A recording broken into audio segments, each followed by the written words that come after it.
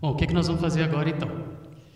Eu vou terminar nessa parte que eu estava falando das correntes teológicas e que eu estava falando do criacionismo do dia-era, onde os dias da criação podem ter sido milhões de anos. Nessa eu vou concentrar e falar dessas questões dos hominídeos, quem foram os hominídeos, quem foi Adão, para falar do tempo, e vamos tratar disso daqui. Depois, na sequência, eu vou falar um pouquinho sobre a história da briga aí com a ciência, que é a resposta do rapaz, que o rapaz tinha perguntado. E aí eu volto para aquele review, né, para aquela revisão geral, que eu vou pegar aquelas 3 mensagens e eu vou dar uma passada geral por ela, para eu poder me concentrar e falar do Big Bang de novo ali, tá bom? Em que ponto ali da criação está o Big Bang, para a gente poder conversar sobre ele, tá? Conseguiu pôr ele? O 6. Primeiro 6, aí na hora que acabar o 6 vai o 5 e depois o 4. Isso.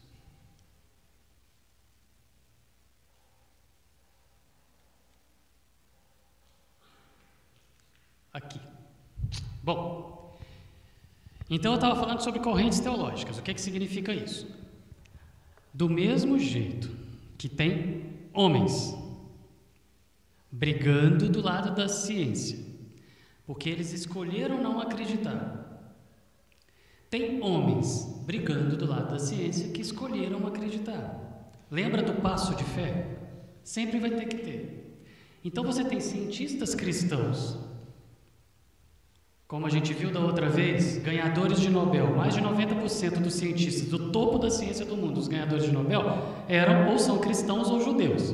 Se for falar só cristãos, era 64%. O resto judeu dava 90,1%. Certo? Então, do lado da ciência, a maioria dos que marcaram a história da ciência são cristãos. A maioria dos ganhadores de prêmios são cristãos. Mas tem os ateus? Tem. E eles estão fazendo muito mais estardalhaço hoje. E estão brigando com quem? Com a religião. Querendo falar que a Bíblia está errada, que não tem razão e tal. Enquanto isso, dentro da própria teologia, dentro da própria religião, dentro da própria igreja, dentro do próprio cristianismo, tem cristãos brigando entre si por causa do significado da palavra.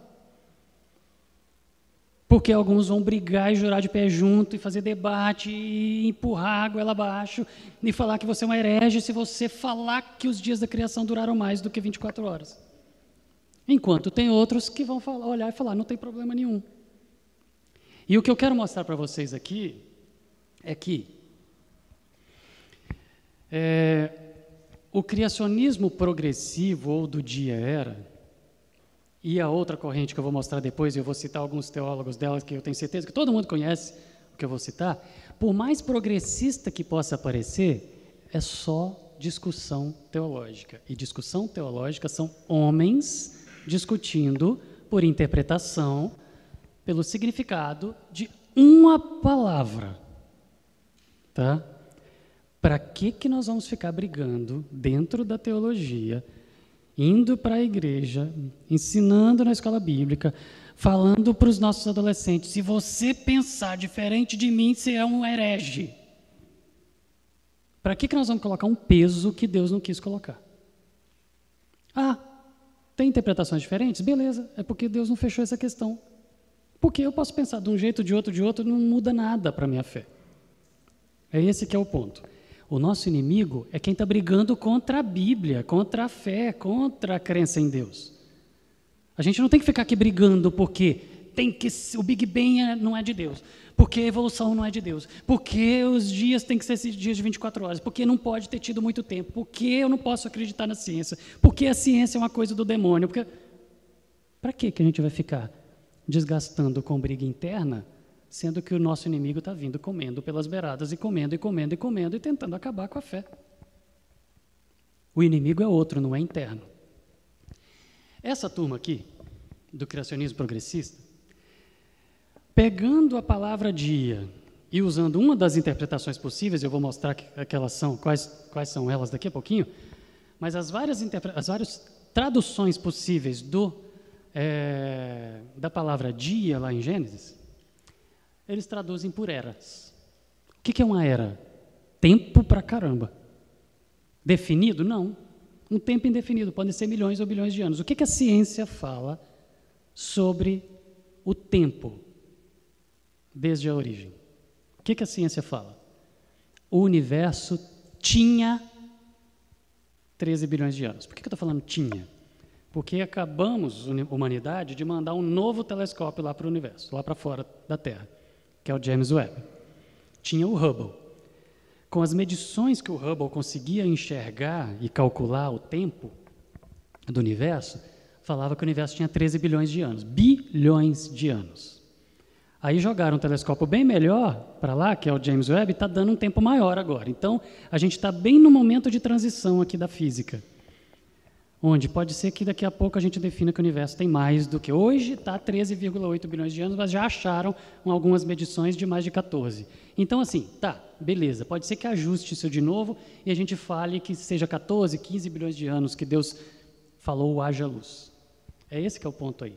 O haja luz é o Big Bang. Haja luz e houve luz. Nós vamos tratar do Big Bang daqui a pouquinho, tá? Mas desde o Big Bang, ou seja, desde que o universo começou, desde que Deus criou a primeira coisa, que foi a luz, a energia, tem pelo menos 13 bilhões de anos. É isso que a ciência fala. A Terra tem 4,5 bilhões de anos. Bilhões de anos. Você fala, gente, mas isso é tempo demais. Não é possível. Entenda o seguinte, Deus não está no universo. Deus não está preso dentro do universo. O universo está aqui, nas mãos de Deus. Deus é muito maior do que isso. O tempo foi criado por Ele. O tempo está dentro aqui da criação. O tempo foi uma criação dele também. Ele está fora. Então, para Ele, 13 bilhões de anos é um estalo. Não é nada. É que nós somos pequenos demais. Nós somos finitos demais. Nós não somos nada dentro de toda a criação de Deus. Então a gente olha 13 bilhões de anos e fala, caramba, isso é impossível. Mas aí você vai fazer as medições na velocidade da luz que os astros correm, você calcula e fala, puxa, tem 13 bilhões de anos que Deus fez o haja luz. É isso. Tem algum problema teologicamente? Não, se você olhar para a palavra dia e traduzir por era, que é um tempo grande, por um tempo. É possível? É. A Terra tem 4 bilhões de anos, 4,5 bilhões, isso é o que a ciência apresenta hoje. A vida na Terra começou, sabe, moléculazinhas, as coisas mínimas, células bem simples e coisa bem simples, quando Deus estava fazendo as pecinhas de Lego, antes de começar a montar as pecinhas para poder formar a vida complexa, foi há 3,5 bilhões de anos, ou seja, um depois que a Terra, para Deus é para a gente 1 bilhão de anos, depois que a Terra foi formada. Mas a diversidade da vida, um boom da vida, aconteceu há 600 milhões de anos. Ó, universo há 13 bilhões, a Terra há 4 bilhões, a vida começou há 3 bilhões e o boom da vida há 600 milhões. O que é esse boom da vida? É o que o Weber falou do slide do Lego. O que é isso? Quando Deus criou o universo, quando Ele começou tudo, no haja luz, Ele falou, haja luz e houve luz. É só isso, o primeiro dia da criação, ou o primeiro tempo da criação. O que é a luz? É o sol? Não, o sol veio lá para frente. O haja luz é a energia. Fala, haja luz e houve luz. É assim que está escrito lá em Gênesis, de fato. A luz é energia. Ele colocou toda a energia necessária para fazer o universo inteirinho num ponto. E a física fica aí brigando para discutir o tamanho do ponto. Se é uma bola de beisebol, uma bola de vôlei, uma bola de basquete, mas é um ponto. Aí toda a energia do universo ele colocou num ponto. E ele deu o peteleco, soprou, falou. A Bíblia fala que ele falou. E aquela energia se expandiu. E quando ela se expandiu, brilhou pra caramba no nada, porque imagina que não existia nada, nem o tempo, estava tudo naquele ponto. E Deus fez, e expandiu. Só luz, não tinha mais nada. A partir do momento que a luz brilhou, apagou, escureceu. Só que toda aquela energia que saiu e apagou, começou a formar todos os elementos. Antes do átomo. Que depois foram se juntando e formando os átomos, e depois foram se juntando e formando as moléculas, como se fossem pecinhas de Lego. Estou falando de átomos e moléculas, como se fossem pecinhas, as menores partículas de matéria, porção de matéria para poder formar tudo. Então, ele falou, haja luz, e colocou toda a energia do universo num ponto, soprou, aquela energia se expandiu, formou todas as peças de Lego que ele precisava, como se fossem peças de Lego, para poder formar todo o universo. Aquilo começou a se chocar e a juntar, e a juntar, e a juntar, e foi formando. E aí lá no texto de Gênesis continua falando que ele foi fazendo separação de águas das águas, ou seja, montanhas, montes de matéria para um lado, montes de matéria para o outro, porção para um lado, porção para o outro, uma porção de matéria, aquilo visivelmente, se Moisés estava lá olhando, ele estava vendo líquido, a matéria sendo formada, os elementos sendo formados, e aquilo tudo incandescente, era líquido. E ele jogava uma porção para o lado, uma porção para outra, e aquela porção começava a rodar e formar astros e sóis e planetas em volta rodando e criando órbitas e formando uma galáxia. Para o outro lado, aquela matéria ia formando, jogando, rodando, formando com a gravidade, aquilo se juntando à matéria, formando astros, planetas, estrelas, tudo ali, cometas, aquilo foi formando porção de porção, e ele separando tudo, isso tudo de 13 bilhões até 4 bilhões, lá no passado. Quando chegou num ponto, 4,5 bilhões de anos atrás, aí Moisés, que estava lá vendo antes de escrever, olha para um ponto, girando lá de lava incandescente, rodando, que era um planeta que estava se formando, era a Terra. E aí aquele planeta incandescente, lava ali, rodando e esfriando, foi se esfriando e começou a aparecer água e formar água, e só água em volta. E depois só aquela água em volta começou a sair a porção seca, a Terra. Isso é o que Gênesis está contando, mas só que eu estou falando o que a ciência fala. A Terra esfriou, esfriou, esfriou, até que 1 bilhão de anos depois, para Deus isso não era nada, é para a gente que parece muito tempo. Aí que estava frio, na água começou a formar os elementos, que era o quê? As moléculas da vida, que era o quê? As pecinhas de Lego maiores, formadas por pecinhas menores, que ele estava montando com as forças dele para poder criar a vida. A água encheu daquelas moléculas e aquilo começou a se juntar para poder formar as células, que é a menor parte viva de um ser vivo. E aquelas células foram se juntando para formar os seres maiores. E isso foi acontecendo de 3 bilhões de anos até 600 milhões de anos atrás. Se você quebra o preconceito da palavra dia e traduz para tempo, encaixa perfeito com tudo da Bíblia. Aí, há 600 milhões de anos atrás, alguma coisa impressionante aconteceu. Quando eu entrei na faculdade, em 1994, no curso de Biologia, nos livros se chamava de Milagre do Cambriano. Só que milagre é uma palavra muito religiosa, aí trocaram por Explosão do Cambriano. Mas era chamado, na minha época, de Milagre do Cambriano, que é o quê? Num estalo de dedo, para a gente, não estou falando para Deus, para a gente, num estalo, há 600 milhões de anos atrás, alguma coisa aconteceu que a vida, é assim que a ciência fala, ao invés de falar Deus, a gente falaria, Deus chegou no auge da sua criatividade e começou a criar formas de todos os tipos. Mas a ciência fala, a vida estava brincando de Lego. Parecia que a vida estava brincando de Lego, que parece que de uma vez começou a formar todos os tipos de seres de uma vez. A vida estava ali formada, muito simples e tudo igual. Um monte de pecinhas vivas, todas iguais. Mas parece que de uma hora para outra começou tudo a se juntar e formar rapidamente todos os filos que existem na Terra. O que é isso? A biologia, para ela poder estudar os seres vivos, ela dá nomes, categorias, que ela chama de reino, filo, classe, ordem, família, gênero e espécie. Reino animal e vegetal. O filo, você tem vários filos diferentes. Dentro de cada filo você tem classes diferentes, dentro de cada classe você tem ordens diferentes, dentro de cada ordem você tem gêneros diferentes, dentro de cada gênero você tem uma espécie diferente. Então, quando a gente fala na biologia espécie, Homo sapiens, somos nós. Mas nós fazemos parte do reino animal, onde todos os outros animais fazem parte do mesmo reino. Por que eu estou falando disso? Porque há 600 milhões de anos, no momento da história da vida que foi chamado de Cambriano, num estalo de dedo, todos os reinos, vegetal e animal, foram formados. E todos os filos, todos os grupos de seres vivos que se ajuntam, e que a biologia chama de filos hoje, foram criados. Apareceu de uma vez. Bum. E são os mesmos que existem até hoje.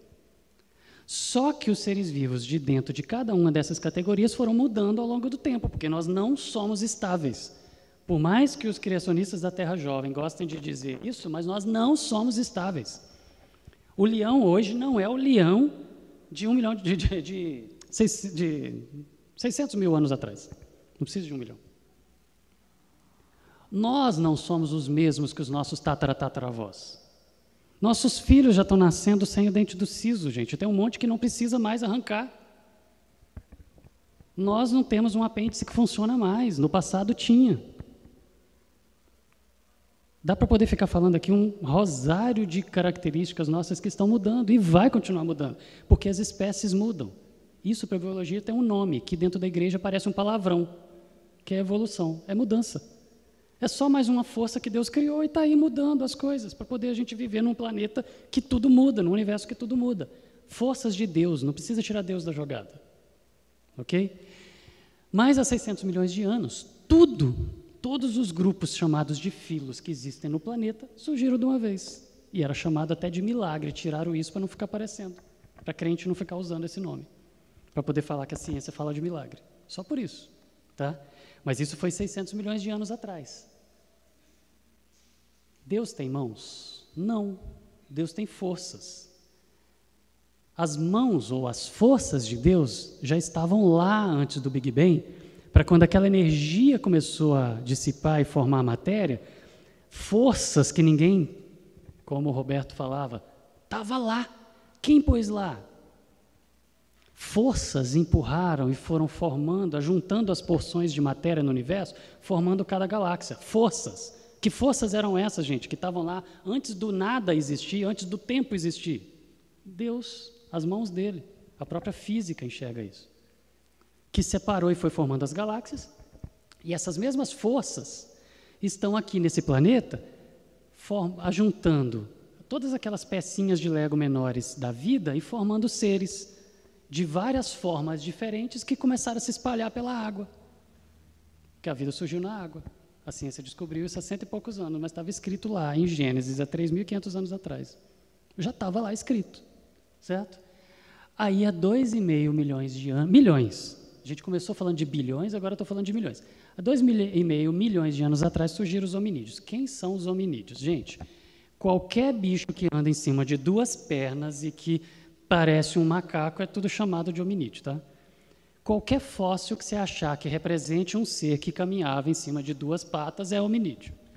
Inteligente ou não, consciente da própria existência ou não, que filosofava ou não, que desenhava na parede ou não, é tudo chamado de hominídeo. Evolução humana é uma bagunça, uma coxa de retalhos.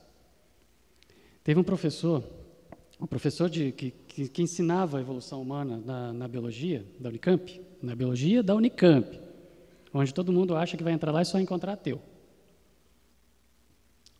O professor era padre, da ordem, aqueles franciscanos. E ele descobriu que estava com câncer, e ele me ligou um dia e me convidou, falou, Welby, ele não me contou, senão eu não teria falado não para ele. Mas ele me falou, Welby, eu vou precisar de me ausentar, vou ter que abandonar a disciplina de evolução humana, e eu queria que você assumisse essa disciplina. Aí, na época, eu estava escrevendo a minha tese de doutorado, eu falei assim, não vou poder, professor. E aí, pouco tempo depois, descobri que ele morreu. E a disciplina morreu. Não existe a matéria mais, que era dele. Porque não achou quem substituísse. Por que não achou? Porque a evolução humana é uma bagunça.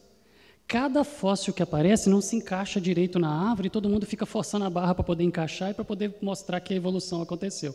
Então, é uma bagunça a evolução humana. E todos são chamados de hominídeos. Então, é um macaco, era um animal e é chamado de hominídeo. Desenterraram lá o fóssil, era um animal e é chamado de hominídeo. Porém, dentre os hominídeos, ou seja, aqueles que têm forma parecida com a humana, que caminham em 2 patas, que pegam, descasca coisa para poder comer, por exemplo. Dentre eles, surgiram os neandertais.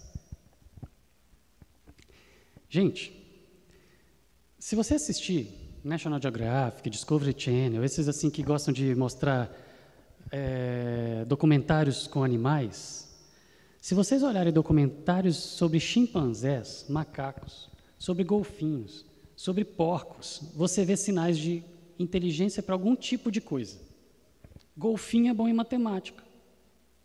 Ah, que matemática? Resolver a equação? Não, mas de fazer alguns atos ou alguns hábitos que demonstram que tem noção de quantidades. Mas quando você chega num chimpanzé, se você pega não um chimpanzé só, mas assim, macacos daquele tipo, né? São pequenininhos, andam em cima de 2 patas e comem frutas e tal, beleza? Mas alguns deles são agressivos e matam animais. Por exemplo, um documentário em especial, tem vários.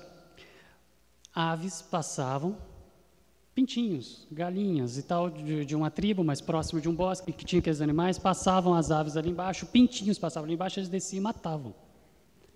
Só que aí o pesquisador foi lá e pegou um pintinho, igualzinho os demais que passavam ali embaixo, os macacos matavam. Pegou um pintinho, foi lá e colocou ele amarrado, bem apertado o pezinho dele, amarrado num galho, debaixo da árvore para o macaco vir matar. Todos que passavam soltos ali eram mortos. Aquele pintinho que estava ali sofrendo, gritando pela mãe dele, porque estava preso e amarrado, um dos macacos desceu, os outros não desceram.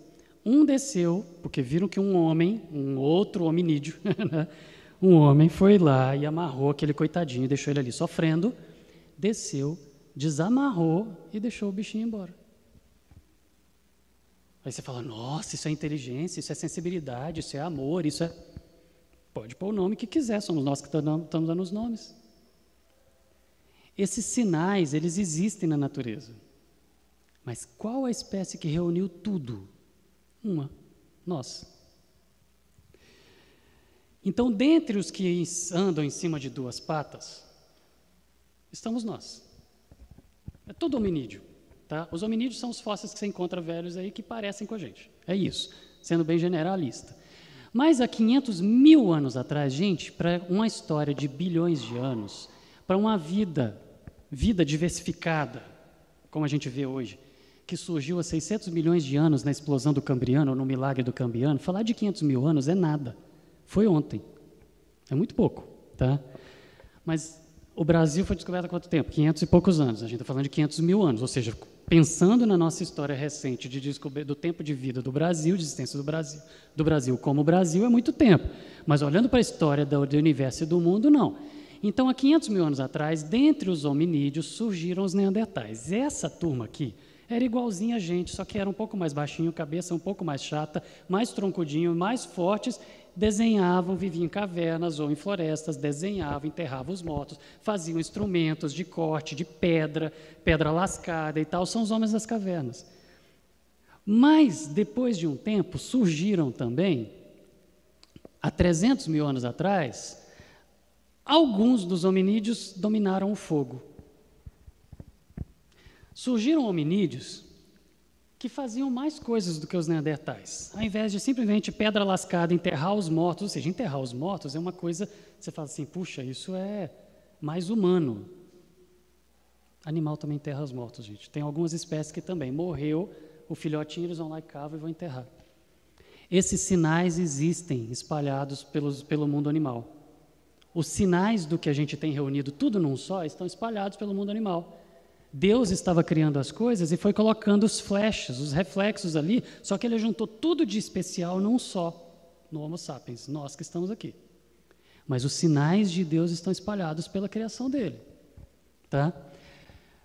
Há 300 mil anos alguém dominou o fogo, caiu um raio, pegou fogo, foi lá, pegou e propagou, e propagou, e propagou, e começaram a esfregar pedra e ver que esquentava, que dava faísca, porque alguma coisa que caiu deu uma faísca. Opa, deu uma faísca, vai lá, esfrega e conseguiu colocar fogo, e não precisa mais de um raio para pôr fogo, e dominou aquilo, e foi passando de um para o outro o fogo e aquele conhecimento, ou seja, tecnologia, começou a desenvolver tecnologia e preservar as coisas.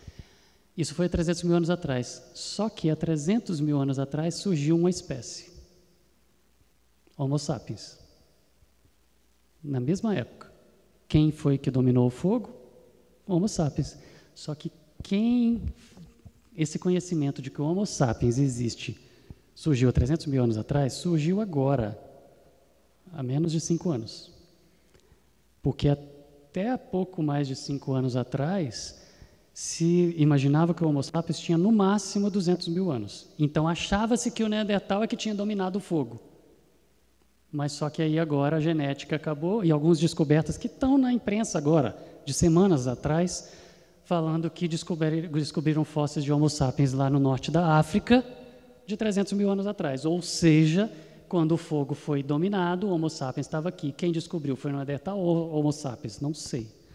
Só que essa espécie de Neandertal e Homo sapiens, essas duas espécies, elas conviveram por muito tempo. 500 mil anos atrás, esses hominídeos, que eram muito parecidos com a gente, que enterravam os mortos, que desenhavam em caverna, que parecia que era uma vida como a gente, viviam lá como uma outra espécie e o Homo sapiens estava lá desenvolvendo tecnologia, certo? Como uma outra espécie. Aí a gente encontrava os fósseis assim, de tribos de Homo sapiens num lugar e quilômetros para o lado, tribos de Neandertais, lá em volta do Mediterrâneo, naquela região ali, Europa, norte da África e tal. E essa turma vivia junto ali, certo? E parecia que eles não se misturavam. Então a gente falava, Neandertal é uma espécie, Homo sapiens é outra espécie, eles conviveram, mas não se misturavam, porque eram espécies diferentes. O conceito de espécie para a biologia são aqueles que não conseguem gerar descendentes férteis. Desculpa, o conceito de separação de espécies. Ou seja, uma espécie são indivíduos parecidos que conseguem gerar descendentes, ter filhos. E esses filhos são férteis, conseguem gerar mais filhos. Isso é uma espécie. Então, nós somos uma espécie porque nós conseguimos ter... Um Homo sapiens consegue ter filho, certo? Que é Homo sapiens, e você vai gerando descendência. Isso é uma espécie. Então, para falar que Homo sapiens e Homo de Neandertal eram espécies diferentes, significa que eles não cruzavam entre si. Não tinham filhos entre si. Duas espécies diferentes significa que se você pegar um de uma espécie e outro de outra espécie e fizer eles terem um filho, o filho nasce estéril. Não passa para frente os seus genes. Só que o que a genética descobriu agora, há pouquíssimos anos, há menos de 10 anos, teve um geneticista que criou um teste de ancestralidade, que ele vai lá e faz. Alguns de vocês já devem ter visto propaganda disso, porque está mania agora do povo fazer. Eu tenho 2% de judeu, eu tenho 15% de árabe, eu tenho a Daiane dos Santos, por exemplo, campeã ginasta lá, olímpica, negra, né? Mas ela tem 15% de europeia, por exemplo, ela fez o teste de ancestralidade dela. Então, tem aquelas coisas assim que virou mania. Aí, nessa história,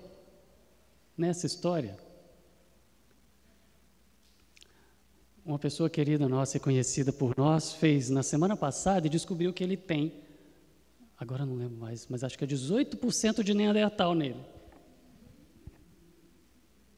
A turma começou a fazer isso e começou a descobrir genes neandertais, lá. Nós estamos bem no momento de uma transição agora, onde vai mudar esse conceito aqui. Isso é o que está escrito nos livros até hoje. Mas nós estamos no momento de uma outra transição. A ciência vai mudando, as coisas vão sendo descobertas, vai mudando.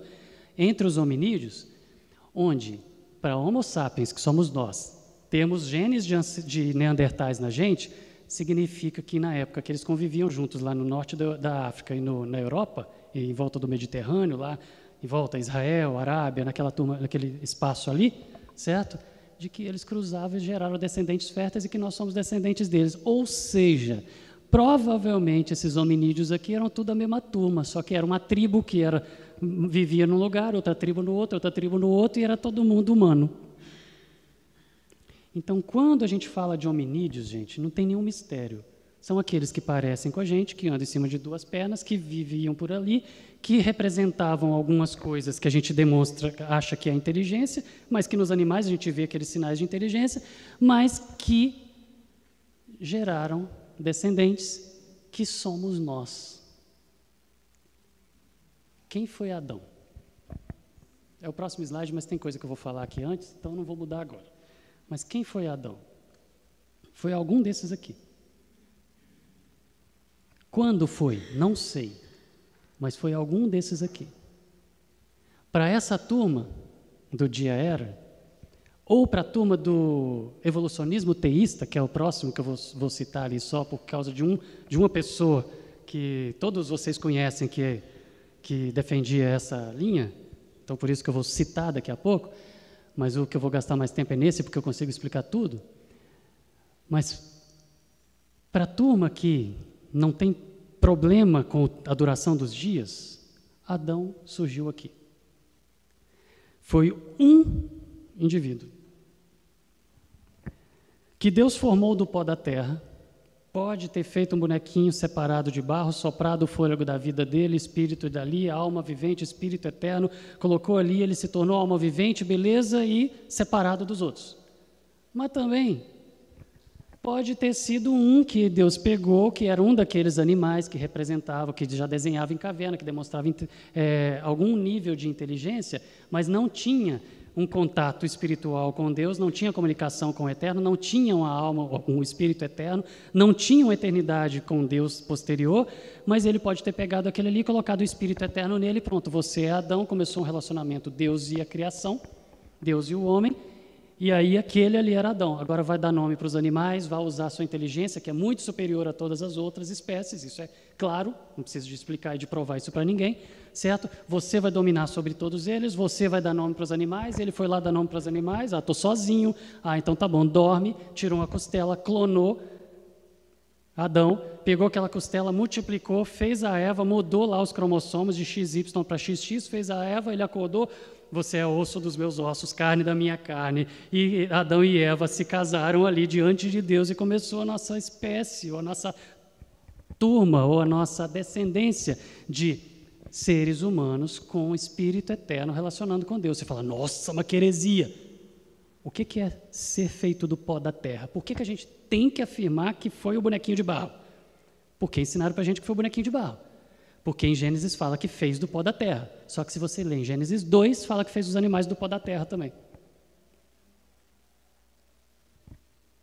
O que é o pó da terra?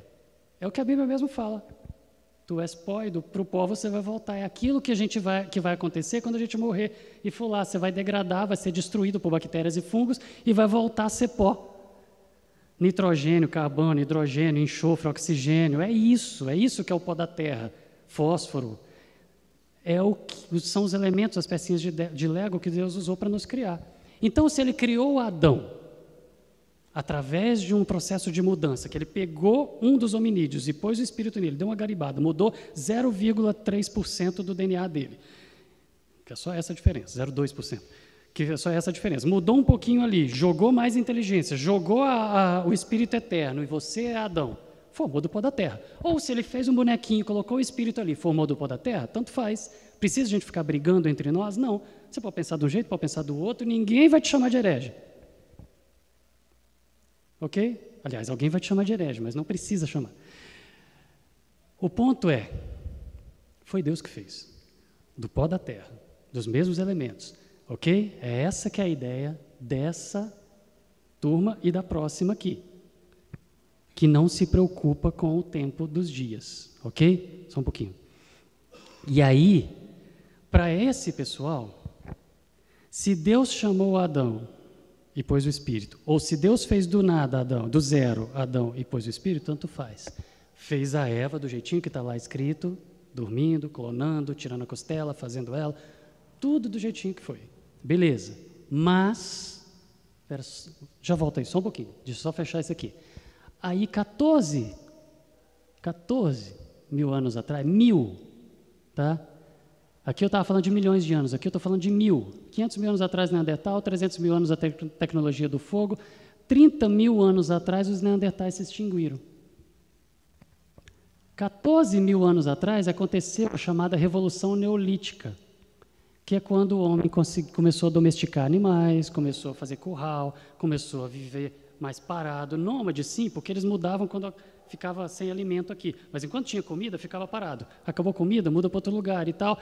Isso começou a acontecer, ou seja, a inteligência humana está evoluindo aqui, está desenvolvendo aqui. Deus criou Adão, colocou Eva, a descendência, Caim, Abel, tudo do jeitinho que está lá na Bíblia. Só que isso veio acontecendo aqui, a humanidade foi desenvolvendo, começou a criar, a plantar, a colher, aquilo tudo foi acontecendo ali. E aí vem a última coisa. Há 12 mil anos atrás, teve o final da glaciação. Glaciação é um período quando a temperatura da Terra baixa, gela tudo, enche de gelo, só que depois da glaciação vem o período do degelo, que é o período interglacial, que é um período quente. E aí aquele monte de água congelada derrete. E aí vem água de todo lado e a Terra enche, os mares enchem e cobrem quase toda a superfície. A parte mais alta vai ficando, mas cobre pra caramba. A Europa fica debaixo d'água. o Mediterrâneo todinho debaixo d'água, o norte da África debaixo d'água, até onde esses hominídeos todos viviam e pisavam, pode ter ficado, provavelmente ficou debaixo d'água. Morreu todo mundo, sobrou uma família. De quem? Noé. E nós estamos aqui. Ou seja, dá para alguém chamar de herege falar isso? Dá, mas, gente, vai deixar de ir para o céu por causa disso? Não. Está indo contra a Bíblia? Em que versículo? Mas, eu sei que eu estou falando um negócio que fica assim, puxa, isso aí é perigoso, está raspando. Eu estou mostrando as correntes, tá bom? Aí a próxima vai dar mais calafrio, mas aí eu vou mostrar quem defende ela. Deixa ela perguntar primeiro. Tá, desculpa. Primeiro Homo sapiens. Então, essa era a afirmação das correntes teológicas mais progressistas para isso. Essa era a afirmação até agora há pouco, quando descobriram que o Homo sapiens tem 300 mil anos e não 200, que o fogo foi na mesma época e que os neandertais deixaram descendentes com a gente. Aí virou uma bagunça, ninguém sabe mais agora falar. Ainda está em transição. Então, a princípio, até alguns meses atrás, se falava que Adão foi o primeiro Homo sapiens, mas agora pode ser até que Adão fosse um neandertal, a gente não sabe. Mas foi por ali, naquele período. E outra coisa, a questão do homem antes do pecado e depois do pecado. Como é que fica nisso aí? Isso que eu não consegui entender bem, porque o homem, a Bíblia fala que o homem era perfeito, andava com Deus, né? Tinha tudo aquilo. Sim. E depois do pecado ele começou a ter diversas consequências, passou a morrer. Onde que foi Degradar. isso aí? Sim, vou te responder. Vamos ver se a pergunta do Weber completa alguma coisa e eu dou a resposta. A minha é mais simples. Qual a confiabilidade científica para a gente confirmar essas datas? Essas datas aí. Ok. Confiabilidade. Existem 12 métodos de datação diferentes. Os críticos que falam que isso é tudo mentira, eles só pegam no pé de um, carbono 14. Mas você tem 12 formas diferentes de datar. Não dá para poder falar que é tudo jovem porque o carbono 14 tem uma margem de erro grande. Ainda assim, é velho. Entendeu? Nesse sentido. Agora, confiabilidade, quando você fala, eu já penso no negócio precisão absoluta. Não tem. Por exemplo, nós estamos falando da ciência. As coisas vão se desenvolvendo aos poucos e quanto mais descoberta surge, mais maduro a gente vai ficando. Mas então, nunca na direção contrária. Mas nunca na direção contrária. E nunca uma descoberta nova vai contra Deus ou contra a Bíblia. Nunca. Só vai contra preconceitos. Só vai contra radicalismo. Se você é radical, fala 6 dias de 24 horas, a Terra tem 6.000 anos, se eu pegar as genealogias e for fazendo cálculo, eu vou chegar em 6.000 anos, então pronto, é 6.000 anos. Pronto, você vai ter um monte de descoberta contra você a vida inteira e não vai ter jeito. Agora, se você olha e fala assim, a palavra dia pode ser traduzida por 12 significados diferentes, eu vou mostrar daqui a pouco todos eles, vou só citar para vocês. Então, pode ser tempo. Então, se o tempo não tem problema, então tudo casa e tudo encaixa. Agora, vamos lá. Pecado. Eu adoro isso daí. Isso daria uma aula. Eu adoro esse assunto. Mas não vai dar. Eu vou responder assim, curtinho. Tem um curso que eu vou dar, eu ia dar agora em agosto, setembro lá na igreja, mas aí a minha esposa pegou no meu pé que eu tinha pegado coisa demais esse ano, aí a gente jogou para o ano que vem. Mas que é sobre, chama bioética, que é um termo genérico que tem várias coisas dentro, mas é basicamente genética, é falar de genética, comportamento genético, DNA, essas coisas assim, e linkando com vários assuntos dentro da Bíblia. Eu já dei isso antes da pandemia, ia dar de novo, aí veio a pandemia, parou, a gente vai repetir isso ano que vem. Nós temos um sistema. Deixa eu ver, como que eu falo? Primeiro, cada uma das nossas células tem um núcleo e dentro do núcleo tem o DNA. E o DNA é uma molécula gigantona, invisível, mas que se eu esticar ela dá 2 metros de comprimento, mas é invisível, que cabe toda enroladinha, compactada dentro do núcleo de cada célula, e cada célula é invisível a olho nu. Eu preciso de um microscópio para ver cada uma dessas células. E nós temos trilhões de células formando o corpo como pecinhas de Lego. Dentro do núcleo dessas células, bem menor do que as células, tem essa molécula de DNA, dentro de cada uma das células do corpo, certo? Essas células, essa molécula de DNA tem os genes. Os genes fabricam proteínas, e essas proteínas saem executando as ordens dos genes e fazendo o nosso organismo funcionar. A vida, biologicamente falando, é o DNA produzir o RNA, que é o mensageiro que vai levar a ordem que o DNA deu. O DNA está lá dentro do núcleo dando ordem. Ele manda a ordem através de um mensageiro, que é uma outra molécula que chama RNA. Esse nome todo mundo ouviu agora na pandemia direto. O RNA vai lá e leva a ordem lá para fora do núcleo da célula e fabrica uma proteína. E a proteína obedece à ordem e vai cumprir a ordem que o DNA mandou. A vida funciona assim. A gente tem no nosso corpo um sistema que chama reparo, um sistema de reparo. Quando alguma coisa dá errada, você sofre uma mutação, você comeu uma coisa que deu errado, que era ruim, ou você recebeu uma rajada de ultravioleta, um raio, alguma coisa errada aconteceu no seu organismo que provocou uma mutação que vai provocar um câncer, uma doença neurodegenerativa, ou uma doença degenerativa, ou envelhecimento. Está todo mundo vendo que a imprensa tem falado que a ciência está procurando o quê? Vencer o envelhecimento. Lembram disso? Vocês já viram isso, isso está na mídia direto. Que estão conseguindo descobriram onde no DNA que acontecem as falhas que provocam o envelhecimento. Falhas. São falhas que provocam o envelhecimento. Mas a gente tem um sistema de reparo que quando uma célula começa a ficar velha, ela é substituída por uma nova. E aí fica velha de novo, é substituída por uma nova. Fica velha, e aquela substituição acontece o tempo todo. Aí quando você sofre uma mutação, tem um sistema de reparo que vai lá e conserta a mutação. Ou seja, nós temos um sistema que funciona de um jeito que era para a gente continuar sempre. Só que o que aconteceu? Alguma rajada de ultravioleta vindo de uma força que a gente não sabe o nome qual que a gente pode chamar de mãos de Deus, foi lá e jogou lá nos genes que produzem as proteínas que fazem esse sistema de reparo e provocou uma mutação lá no meio. Tum! E aí o sistema de reparo começou a falhar. E aí a gente começa a estraga, conserta, estraga, conserta, estraga, conserta, estraga, conserta, falhou, como ela vai acumulando erro, falha, você vai envelhecendo, você vai ficando doente, você tem câncer, você tem doença degenerativa, você envelhece, você morre.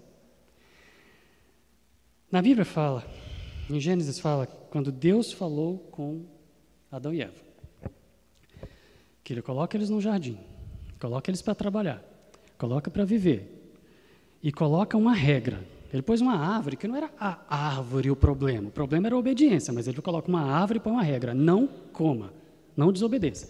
No dia que você comer, você morrendo morrerás, é assim que está o texto. No dia que você comer, morrendo morrerás. E aí traduziram e explicaram para a gente assim, no dia que você comer, você vai morrer. E a gente aprendeu assim, a morte entrou ali. O que está escrito é, no dia que você comer dela, no dia que comeres dela, morrendo morrerás. No dia que comer dela, quando você morrer, você vai morrer espiritualmente, se separar de Deus. Essa turma aqui pensa assim, a morte física já existia, e eles já conheciam. Uma pedra esmagou um bicho, morreu. Ele não vai soprar e encher de novo. Entendeu? A morte física estava ali. Então, se um ser humano fosse esmagado, porque se ele continuasse sem nenhum acidente, ele continuava vivendo, mas se ele fosse esmagado, ele ia para Deus. Não tinha pecado.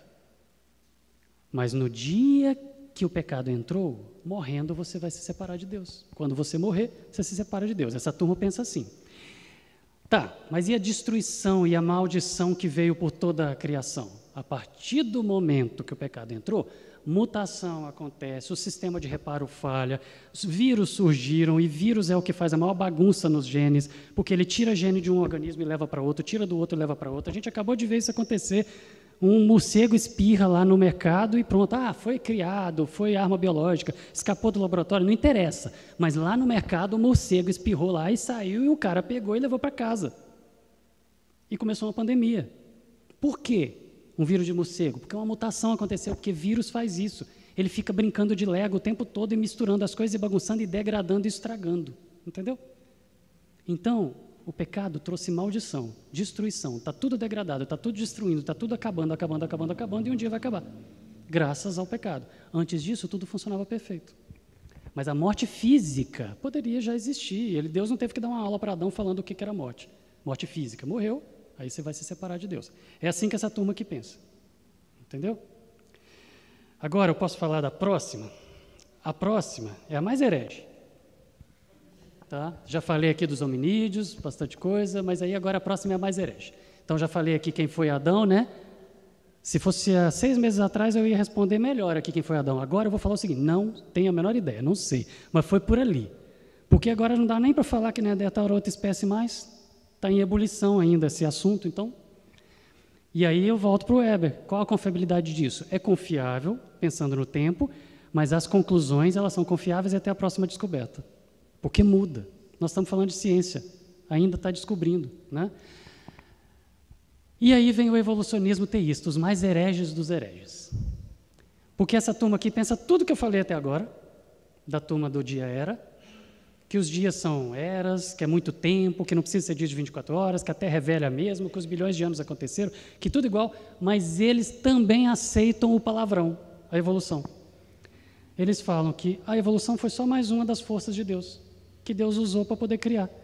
Porque ele jogava um raio de ultravioleta lá num bicho, as forças da natureza, que eram as mãos de Deus, jogavam um raio de ultravioleta, o raio de ultravioleta é o mais mutagênico que existe.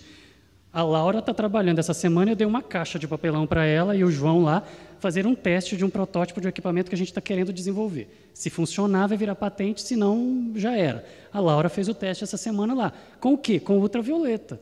Botando fungos e bactérias e um monte de coisa lá dentro e ver se aquela ultravioleta, do jeito que fez, que está montado naquela caixa, matou tudo. Porque deixou 1 hora lá, mas se deixasse minutos, provocava um monte de mutantes. Que é isso. Ok? Então, Deus usou ultravioleta para poder jogar rajadas de ultravioleta na criação e provocar mudanças. Só que ele escolhia. Esse cara aqui vai sofrer tal mutação que quando ele estiver naquele lugar vai ter uma inundação e que todo mundo da espécie dele vai morrer, menos ele, porque ele aguenta mais tempo debaixo d'água. Pronto. Evolução. A espécie mudou. Esse cara aqui vai ter tal mutação, porque quando ele cair, ele vai ver que ele consegue planar, e aquilo ali é uma asa. Vai ser uma asa depois. Esse daqui vai provocar tal mutação, Deus vai escolhendo o organismo certo, na hora certa, do jeito certo, joga ultravioleta, brinca de Lego, muda as peças, troca e fez evolução. É isso que essa turma aqui acredita. Que a evolução é só igual à gravidade, igual à pressão, igual à temperatura. É uma força. Uma força de Deus, que ele usou para criar. Não veem problema nisso. Ah, eles têm razão? Não sei, quando a gente chegar lá em cima a gente descobre. Mas eu vou chamar eles de herege? Gente, olha aqui a turma que acredita, que defendia isso. C.S. Lewis. Vai jogar o C.S. Lewis no inferno e chamar ele de herege? O John Lennox, Francis Collins, o chefe do genoma humano, o Tolkien, do Senhor dos Anéis. Olha aqui esse nome. O cara que mais pregou no mundo depois de Paulo, é isso que eu já ouvi falar dele a vida toda, até ele morrer em 2019. Billy Graham. Vai jogar ele no inferno, chamar ele de herege? Entendeu? Tem um monte de cientistas e teólogos aqui. Eu estou colocando cientistas e alguns nomes conhecidos. Essa frase, eu não vou falar muito dessa turma aqui, porque é só isso que acrescenta a evolução. Mas olha essa aqui, esse eu quero ler. Eu não acho que exista nenhum conflito entre a ciência de hoje e as escrituras. Creio que as escrituras foram mal interpretadas muitas vezes e que nós tentamos fazer as escrituras dizerem coisas que elas não queriam dizer. E penso que cometemos um erro ao pensar que a Bíblia é um livro científico. A Bíblia não é um livro de ciência. A Bíblia é um livro de redenção. E, claro, eu aceito a história da criação. Creio que Deus criou o homem, se isso se deu por um processo de evolução. E que a um certo ponto, ele tomou essa pessoa, ou ser, e fez dela uma alma vivente, ou não. Isso não muda o fato de que Deus criou o homem, ponto. Seja da forma que for que Deus o fez, isso não faz diferença para o que é o homem e para a sua relação com Deus. E o cara que escreveu isso foi o Billy Graham. Vai jogar ele no inferno? Gente, não vale a pena brigar. Não vale a pena brigar. Essa turma toda aqui está brigando, não vale a pena, nosso inimigo é outro. Nosso inimigo é o ateísmo, que está tentando pegar e capturar a cabeça dos nossos filhos. Beleza? Quando a gente chegar lá em cima, a gente assiste o filme e descobre quem tinha razão. Só isso. Mas a gente não precisa ficar brigando internamente. Ok? Agora, nós vamos para o... Falta meia hora. Nós estamos em qual aí? No 6. Ok. O menino que fez a pergunta, que eu iria responder no 5, ele foi embora. Então, coloca o 5, eu não vou avançar no 5 inteiro, eu vou só mostrar o tanto de coisa que pode ser traduzido por Ion. Só isso. E aí nós vamos para o 4 para a gente fechar. Vamos lá. Ion. Ion é a palavra lá no hebraico que é usada lá em Gênesis para descrever dia. E é a palavra que cria esse monte de correntes teológicas e esse monte de inimigos dentro da fé, que estão desperdiçando força aí ao invés de ficar brigando contra o inimigo verdadeiro. Certo? Bom, a palavra Ion é a palavra dia, e é a palavra mais usada no Velho Testamento, né, em hebraico, para tempo.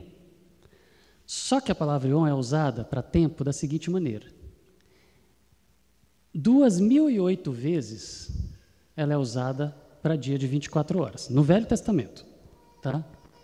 64 vezes para a palavra tempo indefinido, mas é a mesma palavra. Tá? 37 vezes para uma história, que, dependendo do versículo, do texto, durou 70 anos. Outra durou 420 anos. Outra durou 1000 anos, mas é tudo tempo. É tudo Ion, a mesma palavra. Para uma frequência, faz isso diariamente, usa a mesma palavra, em hebraico, 32 vezes. 25 vezes para sempre, para Ion, para sempre. É tempo, gente. E 14 vezes para ano, e 96 vezes para outras coisas diversas, mas todas relacionadas a tempo. Nós estamos falando da palavra que 88% das vezes que ela foi usada no Velho Testamento foi para dia de 24 horas, sim. E a turma que defende que a Terra é jovem e que a palavra lá em Gênesis é de 24 horas, é por causa disso, porque na maioria das vezes foi usada, mas 12% das vezes não. E, gente, se Deus não quis dar o detalhe para a gente falar qual foi, se existisse 1%, podia ser, mas tem 12%. E tem mais motivos, mas que eu não vou ficar entrando em detalhes com vocês, porque não vai dar tempo, isso é uma aula inteira, mas eu quero só mostrar para vocês que essa palavra de tempo, Moisés deu algum recado indireto para a gente, que eu não sei qual que é, e eu quero perguntar para ele quando eu chegar lá. Minha esposa fala que quer perguntar para Eva por que ela fez o que ela fez, mas eu quero ir para Moisés para poder saber por que ele fez o que fez no capítulo 1 de Gênesis. Porque essa palavra, ela é usada no Velho Testamento. O povo que defende que Ion é traduzido, sim, por 24 horas. Eles falam que essa palavra é sempre usada do mesmo jeito. Não é. Quando Moisés fala... Quando Moisés fala, aqui, foi à tarde e manhã, o primeiro dia, aqui. A expressão em hebraico, Yom Shad, ela não é traduzida por primeiro dia. Não é assim que está lá. É traduzida por primeiro dia para ficar mais inteligível para a gente, mas lá está escrito dia 1. Só que no Antigo Testamento, isso foi usado 10 vezes no Antigo Testamento, primeiro dia, que é invertido, mas dia 1 só em Gênesis 1. No próprio Pentateuco, Moisés usou essa expressão de primeiro dia, escrevendo do jeito certo, o primeiro dia. Mas em Gênesis 1 ele escreveu dia 1, ele escreveu diferente. Isso acontece, eu não vou ficar falando todos eles, mas isso acontece para o segundo dia, 18 vezes no Antigo Testamento e dia 2, 18 vezes segundo dia, mas dia 2, só em Gênesis 1. E isso vai acontecendo para todo o resto, gente. Isso vai acontecendo para todo o resto. Dia 3, dia 4, dia 5, dia 6. E aí eu tenho todos os textos se a gente quisesse ficar lendo. Por que Moisés fez isso? Aí o Carlos Oswaldo falou para mim, tá, mas quando a palavra Yom está junto com tarde e manhã, é dia de 24 horas. Moisés usou manhã e tarde no Pentateuco inteiro, mas em Gênesis 1 ele usou tarde e manhã. Por que ele usou invertido? Por que o autor de Gênesis, o autor do Pentateuco, usou ele mesmo escrevendo essas expressões do jeito certo que se falava lá, para tudo, menos para Gênesis 1? Porque ele viu, para mim, isso é o Elbe, isso é a interpretação humana, posso estar errado, provavelmente estou, mas eu entendo assim. Gente, Deus mostrou para ele um filme, ele não entendeu aquele tempo gigante, porque para ele aquilo era demais, e ele foi e falou, tinha alguma coisa diferente, mas ele fez em 6 etapas, ele me mostrou 6 capítulos da série, ou ele me mostrou 6 momentos, e aí eu fui escrever dia 1, dia 2, dia 3, dia 4, ao invés de primeiro dia, segundo dia, terceiro dia, como se falava em hebraico. Mas que tem alguma coisa especial aí, tem, e eu quero perguntar para ele lá em cima. Mas para mim não tem problema nenhum quebrar a barreira do tempo e falar que a criação foi em milhões de anos. Isso resolve todos os problemas. Todos os problemas de ciência e fé se resolvem com essa palavra. É só você não definir, não bater o pé que tem que ser dia de 24 horas.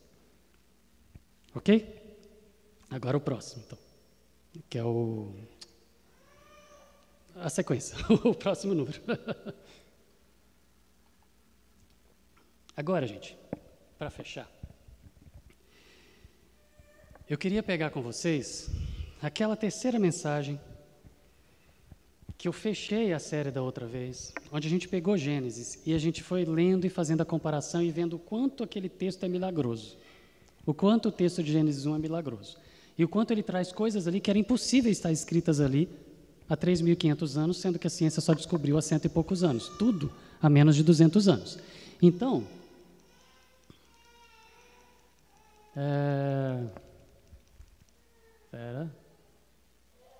aqui. Eu quero comentar algumas coisas com vocês aqui. Eu falei que o nosso problema é que a gente tem um inimigo em comum. E o inimigo em comum é o ateísmo. E o ateísmo usa estratégias que a gente abordou aqui da outra vez, de tiração de onda, de destruir a gente, de fazer um adolescente, um jovem se sentir mal, se sentir envergonhado por falar que crê.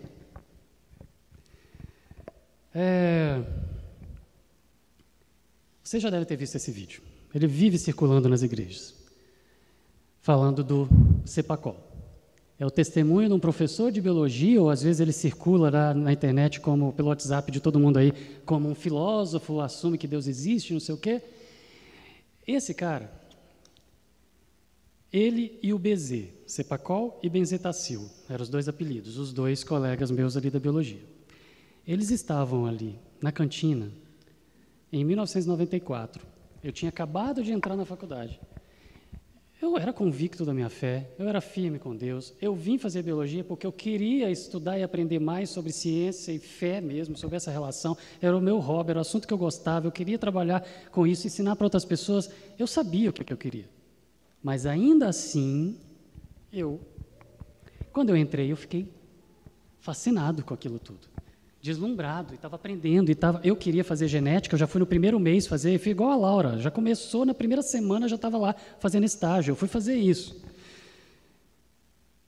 E aí eu não percebi, mas esse mundo estava tirando onda de crente, tirava onda, ridicularizava, se você falar que você crê, você é um idiota, aquilo tudo ia massacrando, ia jogando, você ia distanciando, você ia esfriando, eu ia para a igreja domingo, mas eu não queria que os meus colegas vissem que eu estava indo para a igreja, aquela coisa.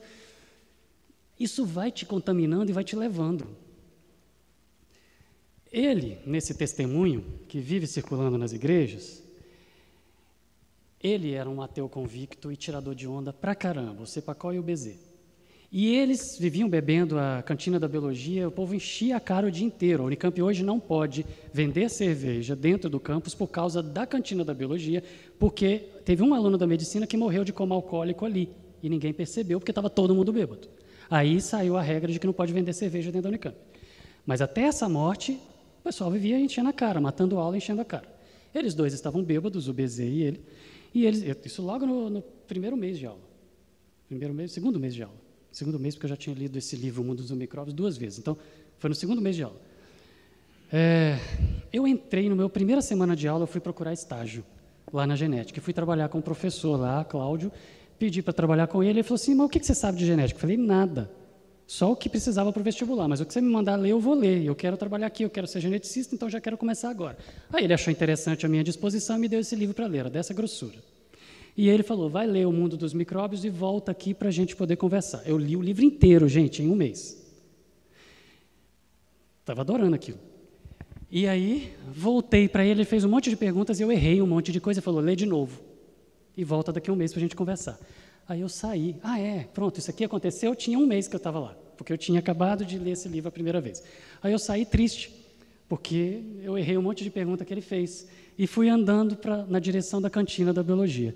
E quando eu estava atravessando a cantina, quando eu entrei de um lado, estava o Cepacol e o Bezê sentados numa cadeira, tirando onda dos crentes. Poucos minutos antes, o que ele conta no testemunho dele, uma menina, você já viu esse vídeo? Uma menina entrou lá, que andava com um saião, a Regina, e ele começou a gritar, Regina, por que você é crente? Que absurdo, isso é idiotice, não sei o quê. Ela olhou para ele, ela falou alto, ela não teve vergonha. A Regina olhou para ele e falou assim, Cepacol, você está bêbado. No dia que você estiver sóbrio, eu te respondo por que eu sou crente. Aí ele levantou, começou a falar com ela, apontar o dedo, não se tirando onda, e todo mundo dando risada em volta. Era aquele inferno. Pensa para um adolescente, um jovem, isso era um inferno, essa pressão pela nossa cabeça, para poder você sentir vergonha do Evangelho. Aí, no testemunho dele, ele conta que ele ficou com tanta raiva dela não demonstrar que estava com vergonha, que ele falou, vou ficar sóbrio domingo e vou com ela na igreja. E aí começou toda a história, e ele se converteu. Hoje ele é pastor lá em Paulinho. Esse é o testemunho dele, grandão, que ele conta. Vocês ainda vão... Esse vídeo vai passar por vocês ainda, porque está rodando muito. Minutos depois que ele fez isso com a Regina, eu saí do laboratório de genética e fui com O Mundo dos Micróbios debaixo do braço aqui.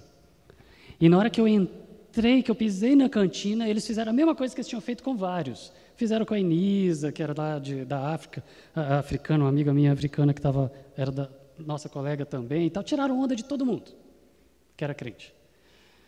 E aí eles olharam para mim, o Bezê olhou para mim, Welby, você é crente? Ele não sabia, porque eu era agente secreto, ele não sabia que eu era crente. E ele descobriu, né? Só que não ele estava tirando onda dos crentes, mas ele não sabia que eu era crente, mas ele ia fazer uma piada comigo, porque eu estava com uma Bíblia debaixo do braço, que era O Mundo dos Micróbios, porque era um livro grosso. Ele sabia que livro era, porque ele morava na República comigo. E ele sabia que eu estava lendo O Mundo dos Micróbios. Ele sabia que livro era aquele. E ele não sabia que eu era crente, porque eu estava escondendo aquilo, porque eu tinha vergonha. Por quê? Porque o mundo pressiona e faz a gente ter vergonha. É esse que é o objetivo, para a gente afastar de Deus.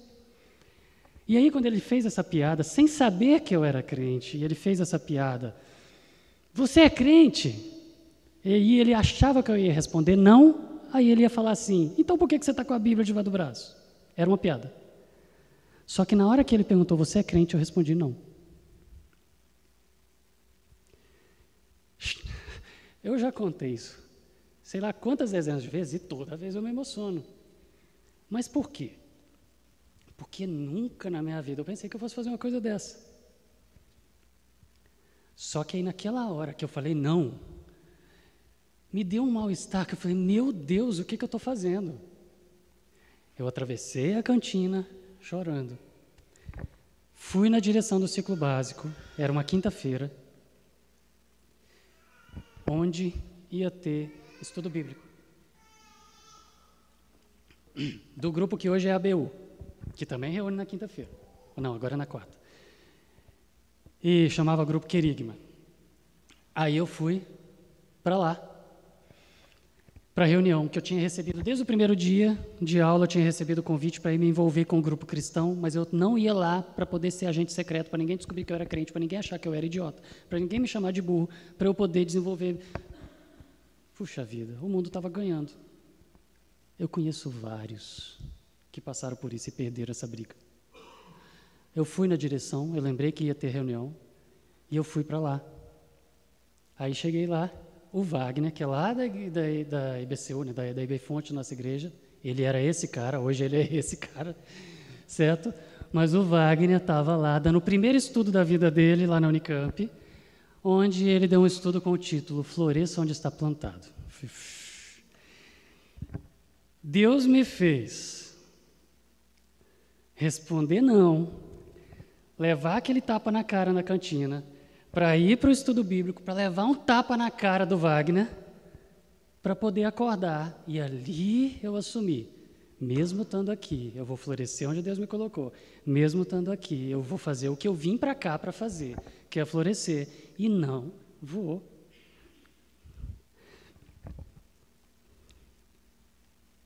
me distanciar. Aí agora, eu quero citar mais histórias, eu quero que vocês pausem aí. O novo ateísmo, que são os nossos inimigos, que vem com um monte de ideologias tentando levar a cabeça dos nossos filhos. O que a gente tem que fazer? Ficar colocando peso nas costas deles? E aí eu quero ir lá para o final. Isso aqui é tudo que a gente falou da outra vez, tá? Já passamos por isso aqui tudo. Existe evidência de que Deus não existe? Não. Nenhuma. Nenhuma. Existe evidência de que Deus não existe? Não. A ciência só aponta a existência de Deus. Quando você olha para Gênesis, você lê aquele texto, você fala, capítulo 1 de Gênesis, aquilo não é humano, aquilo é sobrenatural. Porque ali tem informações com um nível de detalhe que, mesmo não sendo um livro de ciência, foi escrito 3.500 anos atrás, comprovadamente escrito 3.500 anos atrás, apresentando coisas que só foram descobertas há menos de 200 anos, algumas delas agora. Aquilo ali foi revelado pelo Criador, num livro que ele tinha um propósito, que não era ensinar ciência, mas que deu ali algumas pistas, que são as evidências que apontam para Deus, que para muitos, para mim, aquilo é prova. Para um ateu não é prova, é evidência. Ele vai ter que escolher. Mas o mundo continua lutando, tentando convencer que isso é mentira. Então, o que nós temos são pessoas influenciadas. O professor que fala que essa ideia de Deus saiu de trás da orelha é um influenciado. Ele nem sabe onde estão as tais provas. Ele fala, Deus não existe, a ciência prova. Nem sabe que elas não existem. Porque não vai atrás, porque só fica repetindo meme. Ideias que se reproduzem. É um influenciado que pega a sua visão filosófica e enfia a goela abaixo dos nossos filhos para poder ganhar mais gente para o seu lado. Para afastar de Deus. E eles falam isso como se fosse verdade, como se fosse comprovado. Mas não existem essas provas. Não existem. Em lugar nenhum. Então, o que o nosso inimigo em comum fala é verdade só porque foram eles que falaram, só porque são cientistas famosos? Não, não é. Só que eles estão mudando o mundo. Eles têm cacife, autoridade para falar em nome da ciência? Não tem. Só que eles estão mudando a maneira como o mundo discute esse assunto. Essa frase foi da Folha de São Paulo, quando o Richard Dawkins passou aqui no Brasil. E aí, quando ele estava indo embora no aeroporto de Guarulhos, ele escorregou e bateu o rosto e machucou. E aí, quando ele deu uma entrevista com o rosto machucado, ele falou, a crentaiada do Brasil inteiro vai falar que foi castigo de Deus. E deu risada. É só assim. E aí a Folha de São Paulo, nessa entrevista, falou, o cara que está mudando a maneira como o mundo discute o assunto ciência e fé. A formação e conhecimento desses cientistas ateus dão direito a eles colocarem ponto final em todas as áreas? Não, eles não têm, o cara não consegue falar. Não existe como um cara que é físico falar de biologia com profundidade. Não tem como um químico vir falar de genética. Durante a pandemia, teve um químico que foi falar besteira de genética, a Academia Brasileira de Ciência falou, ou você faz um vídeo corrigindo, ou o seu nome vai estar fora da Academia Brasileira de Ciência. Ele teve que gravar um vídeo se desculpando, porque foi falar besteira. Por quê? Porque estava falando de outra área que ele não entende. Não dá, gente. É super, ultra especializada a coisa. O cara passa a vida inteira estudando um assunto só. Aí, só porque é cientista, ele vem falar sobre ciência e fé, sobre Bíblia, sobre como se... Porque o cara estuda crista da mitocôndria ele pode falar sobre Big Bang ou sobre aço ou sobre o que for? Não dá. Só que estão chamando essa autoridade para eles e eles não têm. A ciência refutou Deus? Não. Só que o mundo está acreditando neles. Certo? Ficou faltando falar do Big Bang. Nós temos 5 minutos. Dá para falar. Mas aí eu preciso perguntar para vocês. Eu vou falar mais do que 5 minutos, mas não vou falar demais, não. Dá para falar, mas aí depende do tanto de pergunta que vocês têm depois, se vocês aguentam ficar depois. Eu fico, para mim não tem problema nenhum. Eu falo do Big Bang e depois abro para perguntas, ou eu encerro agora e abro para perguntas? Vocês decidem. Falo do Big Bang. Tudo bem para todo mundo? Então, como que é o nome? Deixa eu te falar o nome do último aí, peraí.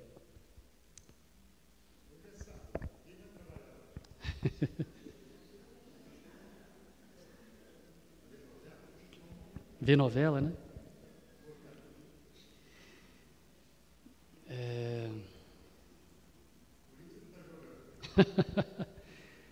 É só te falar o título dela, que agora deu branco aqui, Heber. Qual o nome que eu coloquei?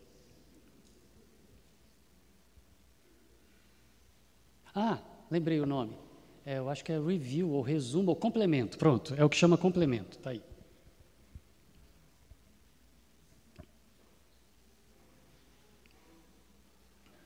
Deve ser o número 4 ou o número 1, sei lá, é complemento. É o 4? Complemento? Então pronto, pode pôr nele.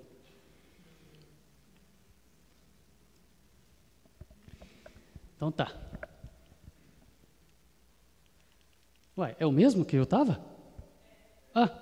Então tá bom.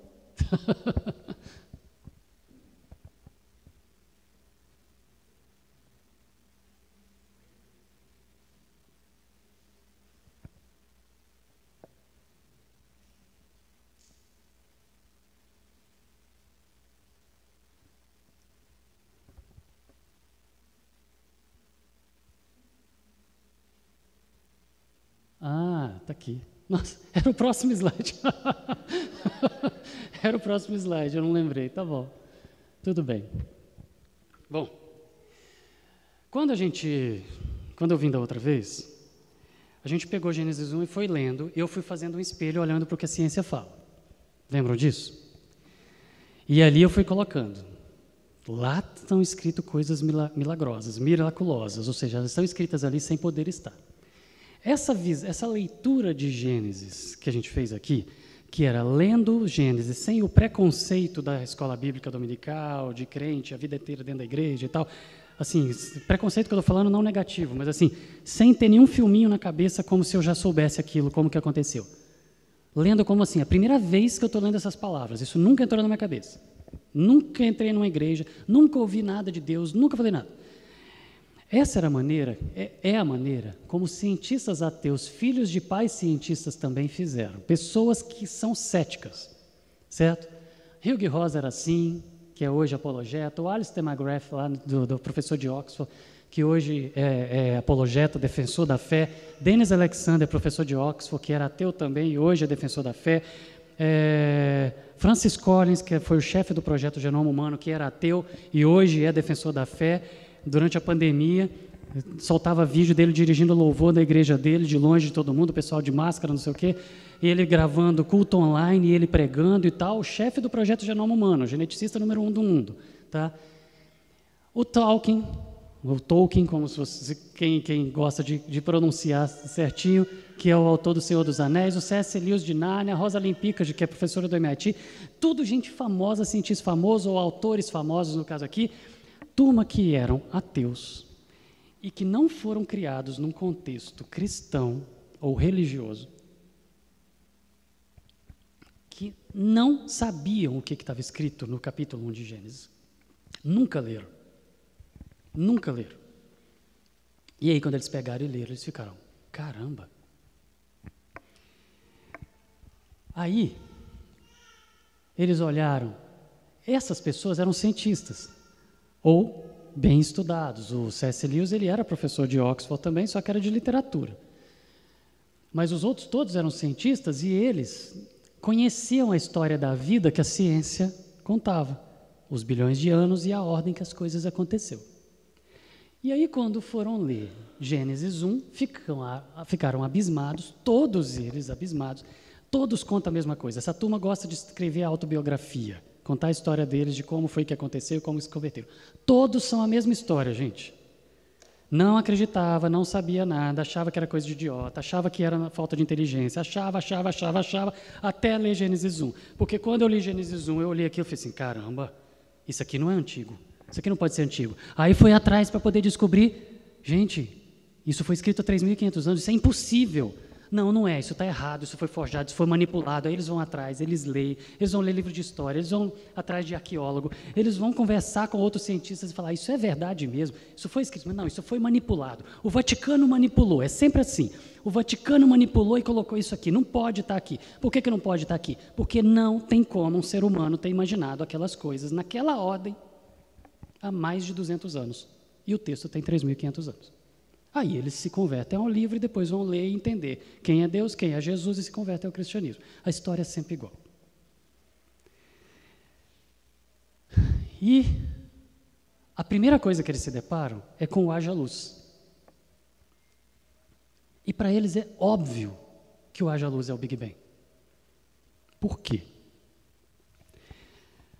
Porque a teoria do Big Bang, e é uma teoria por quê? Ela só vai deixar de ser chamada teoria o dia que alguém for lá e medir e provar. Como ninguém vai lá, não tem jeito, ela vai continuar sendo chamada de teoria. Mas ela é muito forte.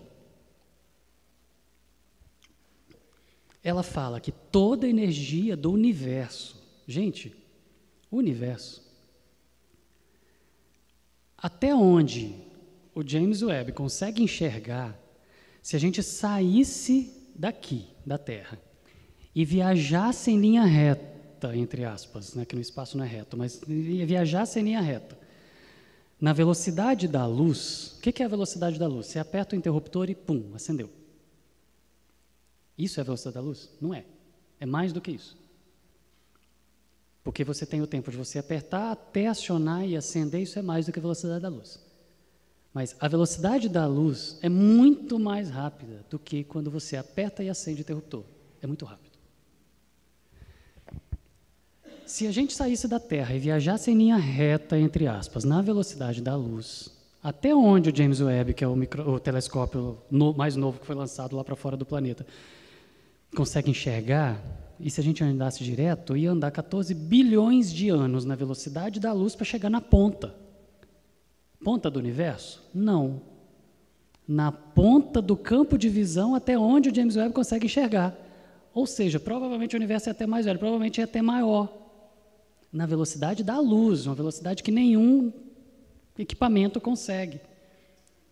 A gente tem aviões que viajam na velocidade do som, por isso que o avião passa lá em cima e você olha, está em silêncio, e depois de um tempo é que chega o barulho do motor dele para você. É lento a velocidade do som. A da luz é um relâmpago. É a velocidade do raio que aconteceu lá nas nuvens, que bateu e apareceu aqui para você o clarão. Se você viajar nessa velocidade, você vai levar 14 bilhões de anos para poder chegar na ponta do campo de visão do telescópio. É muita coisa que está aqui. E o que a física já descobriu é que tem matéria é matéria, né? Material, é terra, pedra, gases, tudo que está espalhado pelo espaço. Existe a matéria clara e a matéria escura. A matéria clara é o que a gente consegue visualizar pelo telescópio, porque elas refletem a luz. Mas existe muito mais matéria escura no universo do que matéria clara. Matéria escura no universo, ninguém sabe exatamente quanto que é, mas tem muito mais do que a que a gente consegue enxergar. Ou seja, nessa vastidão, que só numa direção, você poderia ir em qualquer outra, para qualquer lado, saindo do planeta. Só numa direção, você, pela velocidade da luz, gastaria 14 bilhões de anos para chegar numa ponta? Para quantas outras direções você pode ir saindo de um planeta redondo? A Terra é redonda, viu, gente? Não é plana. Tem matéria clara e matéria escura. Toda essa matéria foi formada por uma quantidade absurdamente grande de energia, incalculável de energia, que foi toda colocada num ponto do tamanho de uma bolinha. Antes do tempo existir, O tempo só começou a existir quando a luz começou a viajar. E aí o tempo começou a existir, mas o tempo não tinha começado a existir ainda. Toda a energia necessária para criar toda essa matéria que ocupa toda essa imensidão que a gente não consegue nem calcular, foi colocada dentro de uma bolinha, de um espaço de uma bolinha. E, do nada, por acaso, para os ateístas, espalhou. E na hora que espalhou, apareceu luz. Não apareceu matéria, não apareceu nada papel, só luz. Mas era tanta luz, porque era toda a energia do universo, numa bolinha, num espaço desse tamanho. E tudo começou a existir a partir dali. Toda a energia do universo entrou naquele espaço e se expandiu e brilhou. Imagina a intensidade dessa luz. Esse é o haja luz, que cientistas ateus, quando vão ler, olham e falam, isso aqui, num texto de 3.500 anos, falando que toda a existência passou a acontecer a partir daquele ponto, e que a primeira coisa que surgiu foi a luz, isso é sobrenatural. E eles associam na hora com o Big Bang. E aí vem um monte de crente gravando vídeo falando, o Big Bang é mentira, não aconteceu. Meu Deus, para que é isso? Isso é a favor de Deus, isso é a favor do Evangelho, isso é a favor das Escrituras. Mostra o poder de Deus, para que vão ficar brigando? Isso daqui impressiona essa turma, porque eles entendem a fundo, matematicamente, o que significa isso. Porque só há 100 e poucos anos atrás, com o Einstein e o Lemaitre era um padre e o Einstein, juntos discutindo e fazendo cálculos, eles chegaram à conclusão de que o Big Bang existiu. Porque até há 100 e poucos anos atrás se acreditava que o universo era eterno. Mas matematicamente o Einstein e o Lemaitre mostraram há poucos anos atrás, 100 e poucos anos atrás, que teve um princípio e que toda a energia do universo foi concentrada num ponto. E que aquele ponto se expandiu, e que para aquilo ter expandido, alguma coisa tinha que estar fora e dado o peteleco para expandir. Tanto que quando o Lemaitre chegou e mostrou os cálculos dele para o Einstein, e mostrou, o universo não é eterno, teve um início, o Big Bang. O Einstein olhou e falou assim, não, isso parece demais Gênesis. Isso é muito criação. Ele falou desse jeito. Isso é muito criação. Aí ele, mas vamos sentar e vamos conferir. E ele Esse é o Big Bang. O Big Bang é o que a física concluiu, Einstein e Lemaitre concluíram 120 e poucos anos atrás, não estou lembrando exatamente, 100 e poucos anos atrás, que o universo teve um princípio. E que ele começou com toda a energia sendo colocada por alguém, por alguma coisa, por alguma força, por algo fora do universo, foi colocada ali e expandiu. E de toda essa energia surgiu toda a matéria, pecinhas de Lego, e que uma a uma foram sendo separadas por forças que ninguém sabe explicar como que elas estavam lá, mas que elas estavam lá, colocando ordem no caos e fizeram tudo acontecer para que parecesse que o universo sabia que a gente estava chegando. A frase do físico. Famosão ganhador do Nobel, que eu não lembro o nome.